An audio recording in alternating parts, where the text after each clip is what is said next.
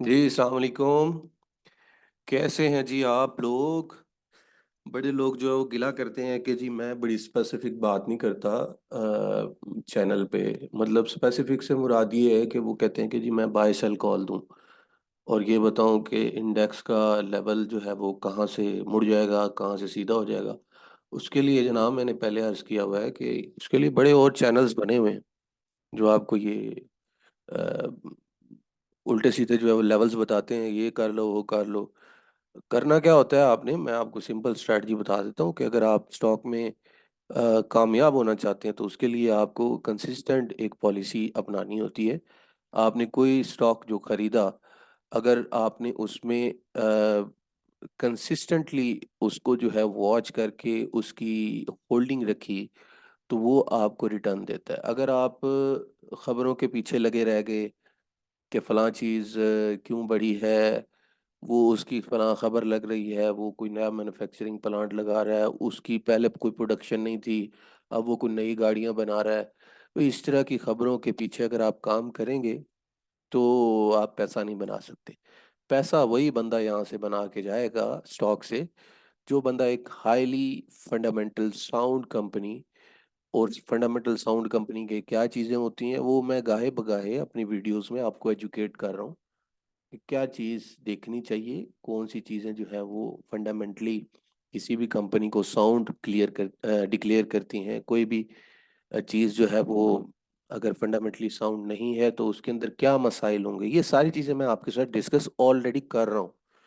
हर video में मेरी कोई ना कोई नई बात, कुछ ना कुछ चीज़ें जो है वो आप लोगों तक पहुँच रही होती हैं। पहला सवाल। दूसरा सवाल ये है कि आप मेरे से क्या सर्विसेज़ जो है वो एक्सपेक्ट कर सकते हैं।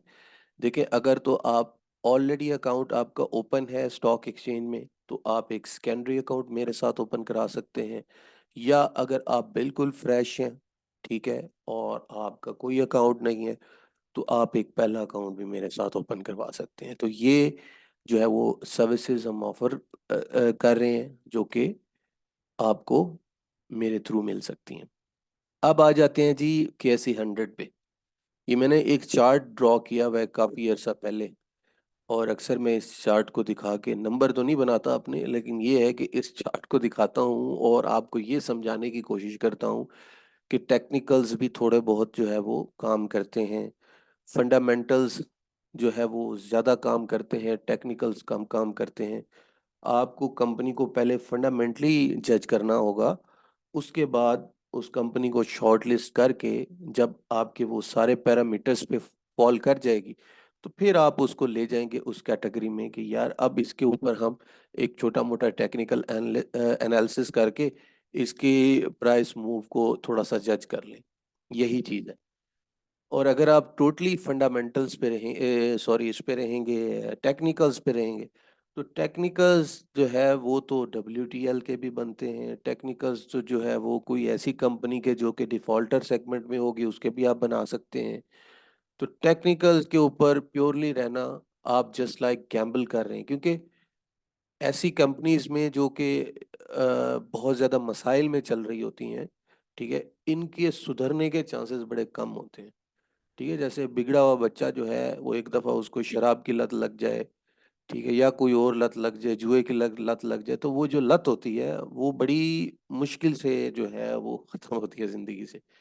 इसलिए शरीफ़ुल नफ्स कंपनियाँ जो कोई हेंका-फेंकी नहीं लगाती और अपने शेयर होल्डर्स, जो मिनॉरिटी शेयर होल्डर्स हैं, उनके हक़ में हमेशा अच्छे फ़ैसले करती हैं, और मतलब कलेक्टिव फ़ैसला करती हैं, जो कि मिनॉरिटी और मेजॉरिटी शेयर होल्डर के जो है वो पर्सपेक्टिव को या उसके फ़ायदे को मद्देनज़र रख के किए जाते हैं, वही कंपनीज़ ही आपको प्रॉफ़िट में लेके आती हैं। और ऐसी कंपनियाँ जो सिर्फ़ आपको कहानियाँ सुनाती हैं, तो और आप उनकी कहानियों में आ जाते हैं, तो वो जो कहानियाँ सुनाने वाली कंपनियाँ हैं, उसमें ये है कि आपका पैसा उनके पास चला जाता है और आपके पास कहानी आ जाती है।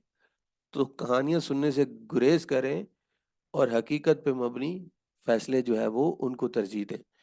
ये केएसई 100 का चार्ट है। इस चार्ट में ये एक ट्रेंड लाइन मैंने ड्रॉ की हुई है और इसको हम एलीट वेव थ्योरी के ऊपर फ़ोकस करके देख रहे थे। अब इसके अंदर 2 वेव्स बन चुकी हैं, तीसरी वेव ये जारी है जी, और इसमें थोड़ी बहुत करेक्शन जो है वो आई है पिछले 1-2 दिन में। उसमें रीज़न भी मैंने आपको बताया कि बजट में चूँकि कैपिटल गेन टैक्सेस के बढ़ाने की भी बात हो रही है, वो कि अभी वो प्रपोज़ल्स हैं, अब वो कितनी को अप्रूव होती हैं, कितनी नहीं होती, उसके ऊपर तो 7 जून का जब बजट क्लियर हो जाएगा तो हमें चीज़ें पता चल जाएँगी।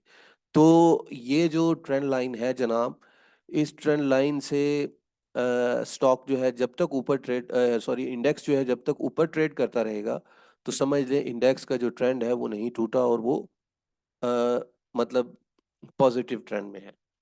तो मैंने पिछले दिनों भी आपसे ये अर्ज़ किया था कि ये जितना इस लाइन से दूर जाएगी ये जो लेवल्स हैं, इस लाइन से जितना दूर जाएँगे उतना ये लाइन कोशिश करेगी कि इनको अपनी तरफ अट्रैक्ट करे, और यही चीज़ है कि ये दूर गए थोड़े से तो लाइन के ऊपर, और देखें कितनी खूबसूरती के साथ ये लाइन जो है एज़ ए सपोर्ट एक्ट कर रही है।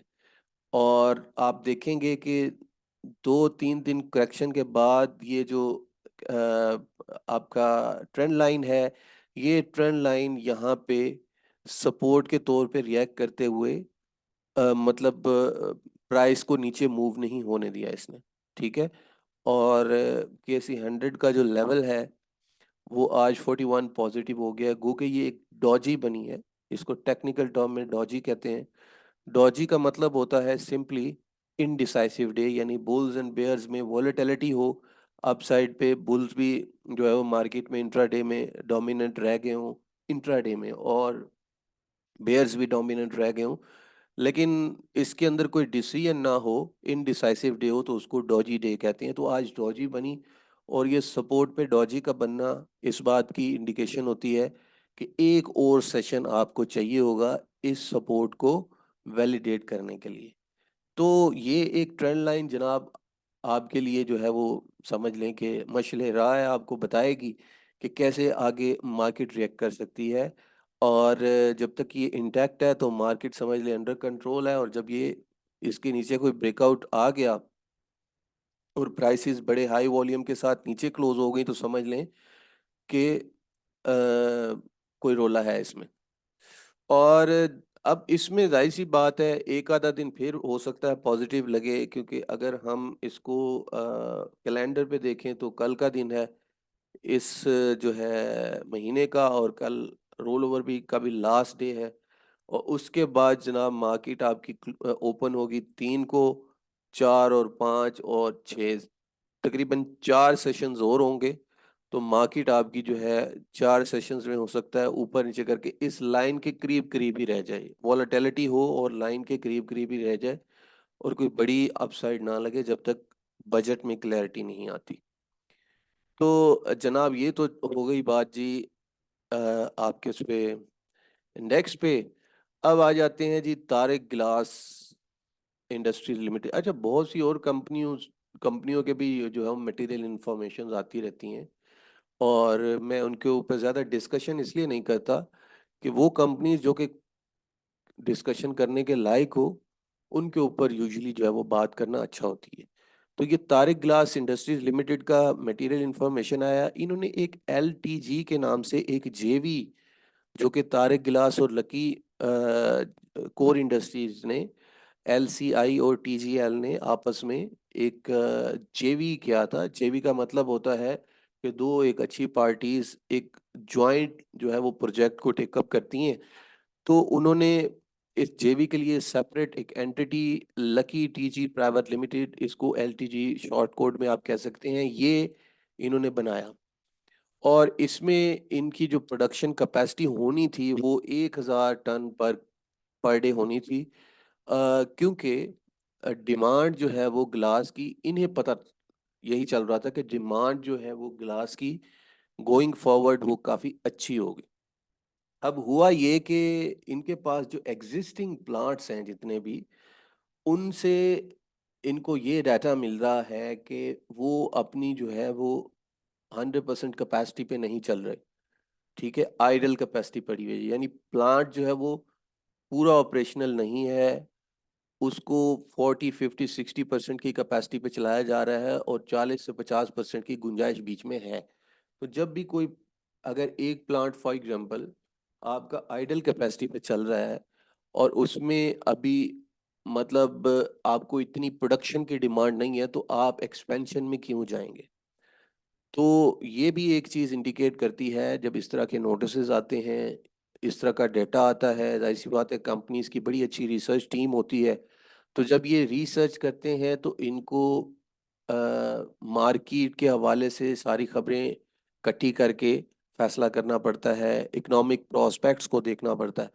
तो इन चीज़ों के पेश नज़र इन्होंने जो एलटीजी बनाई थी, उसमें शेयर्स भी ज़ाहिर सी बात है खरीदे हुए थे, पार्क किए हुए थे, और शेयर्स जो है वो खरीद के पैसा दिया हुआ था। तो उसमें इन्होंने यही फैसला किया है कि अभी फ़िलहाल क्योंकि हमारी एग्जिस्टिंग कैपेसिटी जो है वो काफ़ी आइडल पड़ी हुई है, तो इसलिए हम लोग ये फैसला करते हैं कि ये जो एलटीजी है इसको हम अभी वाइंड अप कर रहे हैं, इस जेवी को। और फ्यूचर में जब हमें लगेगा कि हालात बेहतर होंगे, तो फिर जो है वो हम इसको दोबारा इनिशिएट करेंगे। तो ये एक अच्छा उनकी तरफ से जो है वो एक स्टेप लिया गया है। जाहिर सी बात है, अगर एक जगह पे पोटेंशियल नज़र नहीं आ रहा तो वहाँ से पैसों को विड्रॉ करके किसी दूसरी जगह पे लगाना बेहतर होता है, बजाय इसके कि पैसा इधर ही पार्क करें, अपनी प्रोडक्शन बढ़ाएं। वो कोई एक्सपोर्ट की मार्केट को कोई जो है वो एक्सप्लोर कर लें उसी पैसे से, और ताकि ये जो उनका प्रोडक्शन वाली लाइन है वहाँ से जो कैपेसिटी है वो मैक्सिमम यूटिलाइज हो सके। एक जनाब ये हो गई चीज़। उसके बाद आ जाते हैं जी दो बहुत ही अहम स्टॉक्स जो हैं वो पिछले कुछ दिनों से मूव किए हैं। अच्छा, एक होती है जनाब कहानी, ठीक है, एक होती है जनाब हकीकत। अच्छा, ये जो कहानियां सुनाने वाली कंपनियां होती हैं ना, इनकी प्राइस यूजली मूवमेंट करके फिर डिप ले जाती है। और ऐसी कंपनी जिसकी फाइनेंशियल्स में हकीकत आ रही हो, यानी इवेंचुअली जो खबरें आती हैं, अब मेरे से अक्सर जो है व्हाट्सएप पे आप लोग पूछ रहे होते हैं कि जी किस तरह से जो है वो ये स्टॉक मूव कर रहा है, क्यों मूव कर रहा है, इसकी क्या खबर है। बाज़ का खबर नहीं होती पीछे, आपको उसकी फाइनेंशियल स्ट्रेंथ को जांचना होता है। अब मैं अगर बात करूं सिस्टम लिमिटेड्स की, तो सिस्टम लिमिटेड्स में अगर इसके फाइनेंशियल्स देखूं तो ये है इसकी टॉप लाइन जो हर आने वाले साल में बढ़ती जा रही है। तो कंपनी फुल फ्लैज ग्रोथ में ही है। 2017 को 2.9 अरब रुपए पे इनकी सेल खड़ी थी, आज 34 अरब रुपए पे सेल खड़ी हुई है। ठीक है, तो एक सब्सटैंशियल ग्रोथ में कंपनी जा रही है, और इसी तरह से इनकी बॉटम लाइन भी इम्प्रूव कर रही है। अच्छा, बॉटम लाइन में बाज का ऊंच नीच हो जाती है, उसमें कोई मसला नहीं है, ठीक है, क्योंकि जो कॉस्ट का एलिमेंट है वो आपके कंट्रोल में नहीं होता। बाज़ का जो है वो इन्फ्लेशन ज़्यादा इकोनॉमी हो जाती है, बाज़ का जो है वो आपकी फाइनेंस कॉस्ट बढ़ जाती है, so on and so fourth. अगर आप इनकी प्रॉफिट फ्रॉम ऑपरेशंस देखें ना, तो उसके अंदर आपको कंसिस्टेंसी नजर आएगी। तो इसका मतलब है कि कंपनी की एक तो ये अदर इनकम वाला खाना इनका छोटा हो गया है। वो वजह ये है कि जाहिर सी बात है कंपनी ने अपनी इन्वेस्टमेंट्स को तोड़ा होगा कोई कैश फ्लो को जनरेट करने के लिए, ठीक है जी। तो इन चीज़ों के पेश नज़र अगर आप कंपनी को देखेंगे और फाइनेंस कॉस्ट अगर बढ़ रही है कंपनी की, अब ये देखें ना कि कंपनी की फाइनेंस कॉस्ट बढ़ रही है और उसके साथ साथ जो है वो अदर इनकम कम हो रही है, तो फिर ये कंपनीज अपनी जो है वो डेट लेवल को कम करने के लिए कुछ चीज़ें जो है वो कम करेंगे। अपने जो इन्वेस्टमेंट्स हैं उनको लिक्विडेट करेंगे, पैसा रेज करेंगे, ठीक है। फॉर एग्जांपल एक इन्वेस्टमेंट है, वहाँ से 20% जो है वो उनको मुनाफा आ रहा है साल का, और अगर फाइनेंशियल कॉस्ट 30% पे उनको जो है वो पड़ रही है, तो जाहिर सी बात है प्रूडेंट डिसीजन यही है ना कि आप अपनी 10% की जो एक्स्ट्रा कॉस्ट है उसको कम करें, और अपना जो फाइनेंसिस हैं उनको रिड्यूस करने के लिए, फाइनेंशियल सॉरी कॉस्ट को रिड्यूस करने के लिए अपनी इन्वेस्टमेंट्स को लिक्विडेट करें। तो इनमें देखेंगे कि प्रॉफिट फ्रॉम ऑपरेशंस में कोई फर्क नहीं है, उसी तरह से ग्रोथ है। बॉटम लाइन में चले कोई मसला नहीं, इंटरेस्ट के साथ मसाइल जो है वो आते रहते हैं। तो ऐसी कंपनी जब अब इसमें अब अगर देखेंगे ना तो आपको कोई नोटिस नहीं मिलेगा पिछले 2-3 दिन में, लेकिन ये कंपनी जो है वो 380 रुपए से आज 427 रुपए पे चली गई है।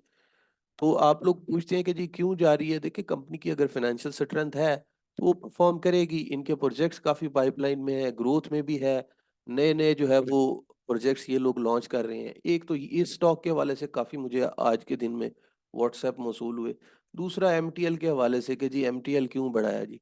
देखिए, एमटीएल भी कंपनी एक जो है, अगर उसमें देखेंगे फाइनेंशियल वाइज देखेंगे तो ये एक अच्छी कंपनी है, ठीक है।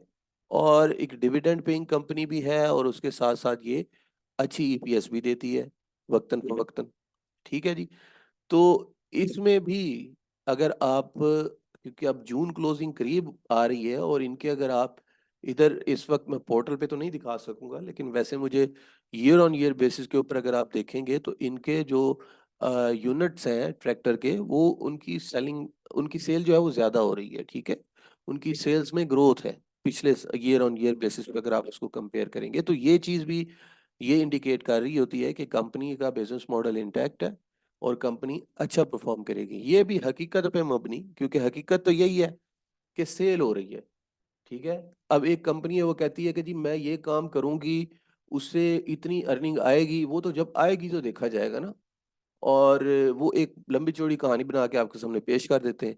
लेकिन अगर एक कंपनी जो है वो हकीकत में सेल कर रही है, पामा के नंबर से इनका डाटा आता है और फिर क्वार्टरली नंबर में भी वो शो हो जाता है, तो फिर उसका मतलब ये हुआ कि कंपनी जो है वो स्टोरी नहीं सुना रही, कंपनी जो है वो इन रियलिटी कुछ कर रही है। तो फिर ऐसे सिचुएशन में कंपनीज की परफॉर्मेंस आना शुरू हो जाती है उसकी प्राइस में। तो इसके अंदर जो इंक्रीज आया है, या ये जो बढ़ी है, तो उसके पीछे फाइनेंशियल स्ट्रेंथ है कंपनी की, और इसका भी कोई नोटिस नहीं आया। आपकी इतला के लिए ये भी मैं अर्ज कर दूं। उसके बाद जी होंडा कार का जो है वो जनाब ये आया है रिजल्ट, और इसका रिजल्ट अगर आप देखेंगे तो क्वार्टरली बेसिस पे देखेंगे तो 9 रुपए की ईपीएस जो है वो बनी है। लेकिन अगर आप इसको जो है वो एनालाइज करेंगे 4 क्वार्टर्स में, और फॉर एग्जांपल अगर हम इस एनुअल देखें, एनुअल भी इसकी अर्निंग तो अच्छी हुई है, लेकिन इसके जो सेल्स के यूनिट्स हैं 2023 के मुकाबले में, 2023 में 95 अरब रुपए की सेल थी, अब 55 अरब है, ठीक है जी। तो सेल्स कम हुई है और ये इस चीज़ को दिखाती है कि कंपनी की प्रोडक्ट की डिमांड नहीं है या कंपटीशन है, ठीक है। गो के बॉटम लाइन इसकी मतलब इसका प्रॉफिट बढ़ा है, लेकिन सेल इसकी कम हुई है। और अगर आप पामा के नंबर्स को देखते हैं रेगुलरली, तो उसमें भी आपको नजर आएगा कि सिटी और सिविक की जो सेल्स है वो इतनी ज़्यादा अच्छी नहीं हो रही। इसमें रीज़न ये भी है कि काफ़ी ज़्यादा न्यू एंट्रेंट्स, मैंने पहले भी आपसे बोला था कि जो अभी सिविक की इन्होंने प्राइस लिखी हुई है, सिविक लवर्स गो के बहुत ज़्यादा है, लेकिन फिर भी जो इन्होंने प्राइस रखी हुई है उस प्राइस ब्रैकेट में एक अच्छी एसयूवी मार्केट में अवेलेबल है। और अब तो एसयूवीज का भी कंपटीशन काफ़ी बढ़ गया है, ठीक है। पहले किया वाले थे, फिर हुंडई वाले आ गए, उसके बाद जनाब फिर ये एमजी वाले आ गए, अब ये जो हैवल वाले जो है वो साजगार वाले आ गए हैं, हैवल का प्रोडक्ट इंट्रोड्यूस करा दिए। उसके मुकाबले में तो ये तीनों एसयूवीज को भी उसने मात दे दिया, और जो प्राइस ब्रैकेट है उसकी भी वो रीजनेबल है। तो उसकी वजह से इन कंपनीज पे थोड़ा प्रेशर जो है वो बना हुआ है, और इनकी सेल्स उस लेवल पे नहीं हो रही। आप पामा के नंबर्स देखेंगे तो वहां से आपको समझ आ जाएगी। तो ये डिप्रेस्ड रहेंगी कंपनीज आने वाले दिनों में। अच्छा, उसके बाद जनाब अगर मैं थोड़ा सा आपको कंपनी अनाउंसमेंट्स में ले जाऊं, क्योंकि आप लोगों के काफ़ी ज़्यादा सवाल होते हैं कि जी मटेरियल इंफॉर्मेशन फलां की आई। अच्छा, इस वक्त जो है जनाब सबसे ज़्यादा जो नोटिस आ रहे हैं ना जी, वो आ रहे हैं आपके इसके मीटिंग्स के जो आ रहे हैं, बोर्ड मीटिंग्स के या फाइनेंशियल रिजल्ट्स के, वो शुगर मिल्स के आ रहे हैं, क्योंकि शुगर मिल्स का ये पीरियड चल रहा है फाइनेंशियल क्लोजिंग का। तो इसलिए इनके ऊपर ज़्यादातर मैं बात इसलिए नहीं करता कि इनकी कोई अर्निंग और ग्रोथ जो है वो यूजुअली नहीं है शुगर मिल्स में, और इसलिए इनके ऊपर मैं ज़्यादातर बात नहीं करता। बाकी एनालिस्ट ब्रीफिंग्स हैं कुछ उनकी, उसके ऊपर भी कोई अच्छी कंपनी की एनालिस्ट ब्रीफिंग आई तो उस पर इंशाल्लाह एक सेपरेट मैं वीडियो बना दूंगा पूरी डेडिकेटेड कंपनी की बेस पे। और बाकी ये है कि कोई और चीज़ जो है वो मटेरियली अगर मुझे बेहतर लगी तो वो भी आपसे जो है वो डिस्कस कर लूँगा। अच्छा, आप मेरा व्हाट्सएप नंबर अक्सर पूछते रहते हैं, तो वो भी मैं बता देता हूँ, 0311 4164 896। अगर आपका कोई मेरे से रिलेटेड कोई किसी किस्म का कोई सवाल हो, तो आप मुझे व्हाट्सएप नंबर पे भी अप्रोच करके उस सवाल का जवाब जो है वो मेरे से ले सकते हैं। चलें जी, यहीं तक रखते हैं, इंशाल्लाह कल की वीडियो में मुलाकात होगी। अल्लाह हाफ़िज़।